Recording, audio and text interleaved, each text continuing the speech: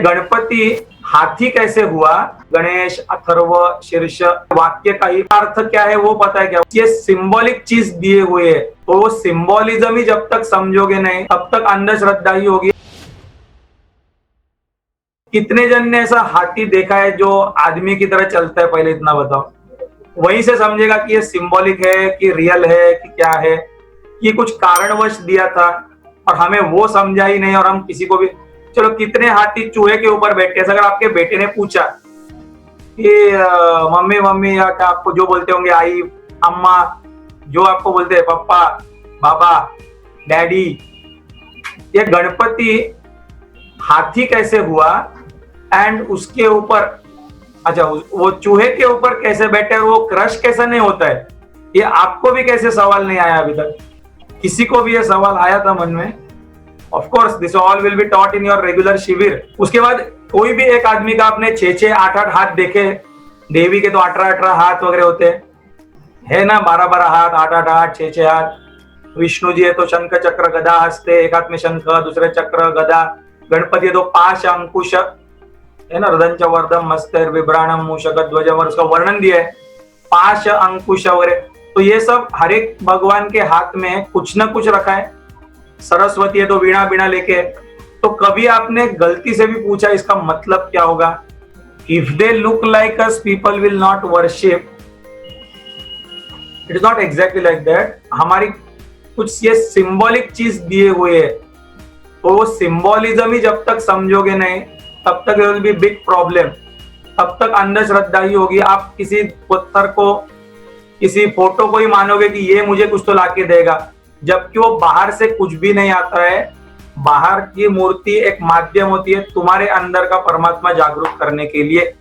आप में से कितने जन ने आज तक वो मूर्ति से जवाब आपको आया और आपका काम हो गया? पहले बताओ। वो कभी कभार होता है वो मूर्ति दूध पीती है, ये पीती है वगैरह सब कुछ। कुछ तो कुछ 20 साल 25 साल पहले ऐसा चमत्कार कुछ तो हो गया था। It is not a regular thing. कभी उपनिषद पढ़ो। फिर गणेश को ओमकार स्वरूप भी बोलते हैं, मालूम है? गणेश ओमकार स्वरूप है। तो ये ओम क्या है? कि वो एक सिर्फ शब्द है क्या? सा ओम आंख बंद करके बोलते हैं। तो you need to understand what is this Om. जब बोला है कि वो ओमकार है। फिर उसके बाद एक गणेश अथर्व शीर्षम बोलते हैं, तो काफी लोग अथर्व शीर्ष भी बोलते होंगे। तो वो पहले उसी का अर्थ क्या है वो पता है क्या? वो सब पूरे वाक्य का ही गणेश अथर्व शीर्ष, उसमें सहस्त्रावर्तन करते हैं। उसमें त्वम ब्रह्मा, त्वम विष्णु, त्वम रुद्र, त्वम इंद्र, त्वम अग्नि, त्वम वायु, त्वम सूर्य। तो ये सब है। तो हाथी ऐसा किधर भी वर्णन ही नहीं है। हाथी का है किधर तो भी वर्णन है, नहीं नहीं बोलता है, बट वो उसका कुछ कनेक्शन होगा कि नहीं होगा पहले इतना बताओ। We teach both. मूर्ति वाला साकार स्वरूप की भी पूजा सिखाते हैं, हम निराकार भी सिखाते हैं, पर दोनों कनेक्टेड होता है।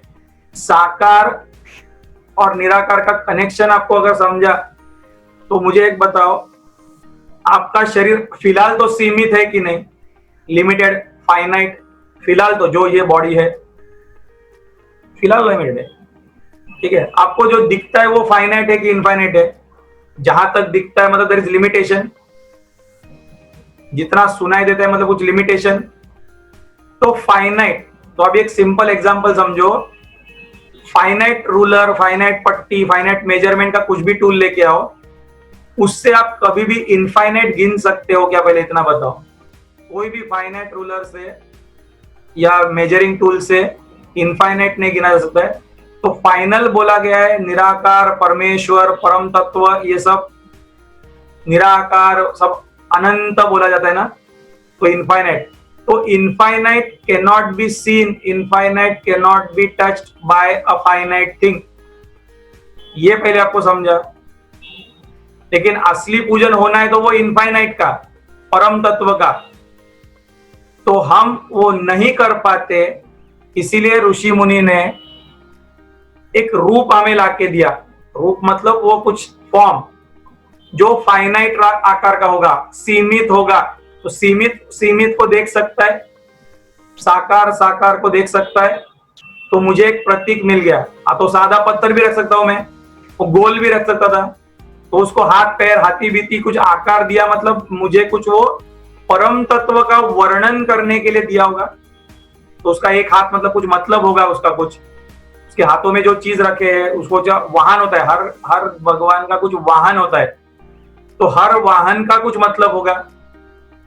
एंड ये बाहर कुछ नहीं होता है, तुम्हारे भीतर के कुछ क्वालिटी के बारे में ही होता है। शिव जी भी तुम्हारे भीतर ही है, पार्वती भी तुम्हारे भीतर ही है, गणेश भी तुम्हारे अंदर ही है। तो ये एग्जैक्टली होता क्या है, ये इस शिविर में पहले बताया जाता है।